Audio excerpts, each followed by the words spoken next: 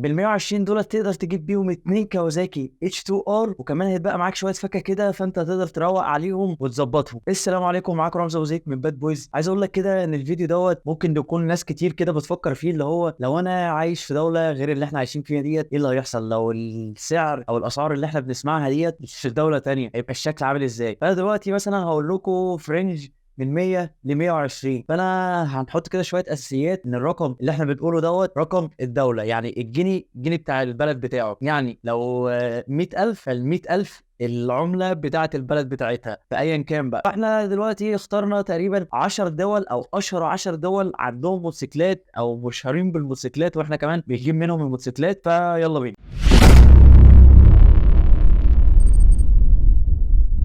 اول دوله معانا وهي امريكا. انت ربنا كرمك ورحت امريكا وبقى معاك 100 او 120 الف، تقدر تجيب بيهم ايه؟ طبعا كلنا عارفين عمله امريكا هي الدولار. فعايز اقول لك ان ال 120 دول هتقدر تجيب بيهم 2 كawasaki H2R الكربون فايبر اديشن. يعني اعلى حاجه في موتوسيكلات اغلى من كده شبه الدوجاتي في 4، بس انا بقول لك في السعر تقدر تجيب 2، لان في امريكا ال H2R عامل 62 الف دولار. نيجي للبلد رقم 2 وهي موجوده في اوروبا، بس هي خارج الاتحاد الاوروبي، وهي انجلترا. لو انت في انجلترا ومعاك من 100 ل 120، تقدر تجيب بيهم ايه؟ تقدر تجيب بيهم ثلاثه كawasaki H2R كربون فايبر اديشن، لان هناك الكawasaki ال H2R عامل 41,000. طبعا عايز اقول لك ان الفيديو ده كله ضحك، اللي هو بالنسبه لمقارنه الاسعار اللي احنا فيها هنا بالنسبه لبره، فالموضوع هيبقى مسخره. تابع معانا للاخر. مصر تقدر تجيب ايه بالرقم ده؟ البلد رقم 3 وهي كندا، ومش بعيد قوي عن امريكا، تقدر تجيب بيهم 2 H2R، لان ال H2R عامل في كندا 68,000.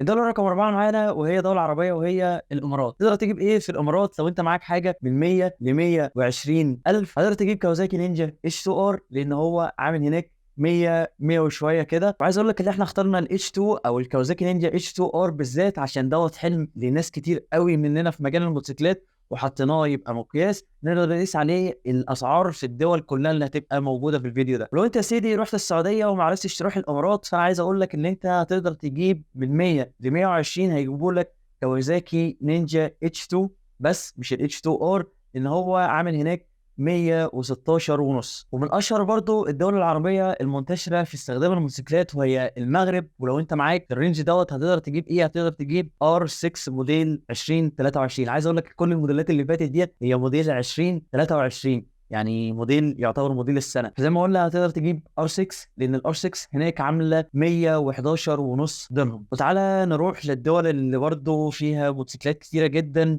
هم دولتين بس، هنبدأ بأول دولة فيهم وهي الهند. الهند عدد سكانها كتير جدا ومن أكتر الناس اللي بيستخدموا الموتوسيكلات. بس أنت لو رحت هناك ومعاك 79 روبية ديت هي عملة الهند، تقدر تجيب بيهم كawasaki نينجا H2. طبعا أنا استغربت لأن يعتبر الهند ديت دولة من الدول اللي زينا كده واقعة، بس ب 79 ألف روبية تقدر تجيب بيهم كawasaki نينجا H2. ولو كملنا السفر بتاعنا ورحنا على ماليزيا، فأنا عايز أقول لك هتقدر تجيب ب 100,000 رينغت. ورينغت هي عملة ماليزيا، تقدر تجيب بيهم R1M، ياماها R1M، وديت برضه من الموتوسيكلات الجامدة جدا، وديت هتبقى موديل 2023. أما في البرازيل فالرينج هيجيب لك BMW S1000، لأن هو هناك ب 116 ألف. طبعا احنا كتير مننا بيشوف الناس اللي هم بتوع البرازيل دماغهم رايحة في الرفع، واللي هم يفصلوا ويكسروا مواتير. فلما 120 أو 116 يجيبوا لك S1000، فاللي هو كسر يا معلم وما يهمكش يعني. وأخيرا وليس آخرا نيجي لمعشوقة الجماهير أم الدنيا مصر. فمن 100 مش مستني. بالنسبة للموتوسيكلات الياباني والحاجات اللي أنا قلتها دي، اللي انا هقوله بعد كده ضحك والله. يعني انا مش عارف اقول لك ايه، انا مكسوف لك ومكسوف لي ومكسوف لنا. بس للاسف من 100 ل 120 الف هتقدر تجيب بيهم سكوتر جيت 14.